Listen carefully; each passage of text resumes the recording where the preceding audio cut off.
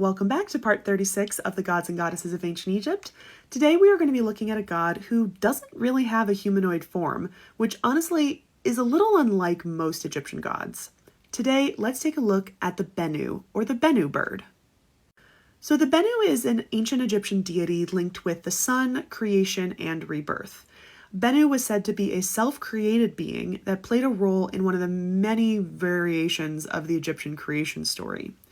Now, he was said to be specifically the Ba of the god Ra. If you don't remember what a Ba is, check out my Egyptian Souls playlist and you can get a rundown on all 9 parts of the Egyptian soul. But quickly, a Ba is the part of the Egyptian soul that includes the personality of that deceased person. Now, this Ba would live on after their human died and would come and go from the tomb frequently. So the Bennu was supposed to be a part of the soul of the god Ra. As the Ba, he was said to have flown over the waters of Nun that existed before creation. He then landed on a rock and cawed, which helped determine the nature of creation. His name comes from the verb weben, meaning to rise into brilliance or to shine. Bennu was known as he who came into being by himself and the Lord of Jubilees. The Lord of Jubilees epithet might refer to the belief that the Bennu would periodically renew himself like the sun. He was most likely worshipped alongside Atum and Ra in Heliopolis. The original form of Bennu's name might have come from the pyramid texts, as Bennu was a symbol of Atum. It was written with a hieroglyph in the shape of a small bird, possibly a kingfisher. But in the New Kingdom, the name was written with the hieroglyph of a heron, which is now how Bennu is typically depicted.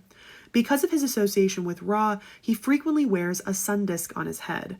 But he can also be depicted with the Atef crown of Osiris because of their associations with creation and rebirth.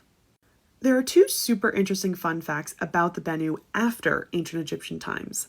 There is a theory that the Bennu bird could have been an inspiration for the Greek phoenix, as the people of Heliopolis in the 5th century CE described this creature to the writer Herodotus. Because of both their associations with the sun, rebirth, and creation, this makes a little bit of sense. And the other interesting thing is that the remains of a human-sized heron species was thought to have gone extinct around 1500 BCE, but it was found in the United Arab Emirates, and it was named the Bennu heron, or the Ardea bennudius. I hope you enjoyed that. That was a really fun one for me to do some research on. And check out the next part to learn about the goddess of writing, wisdom, and knowledge. She might become one of my new favorites.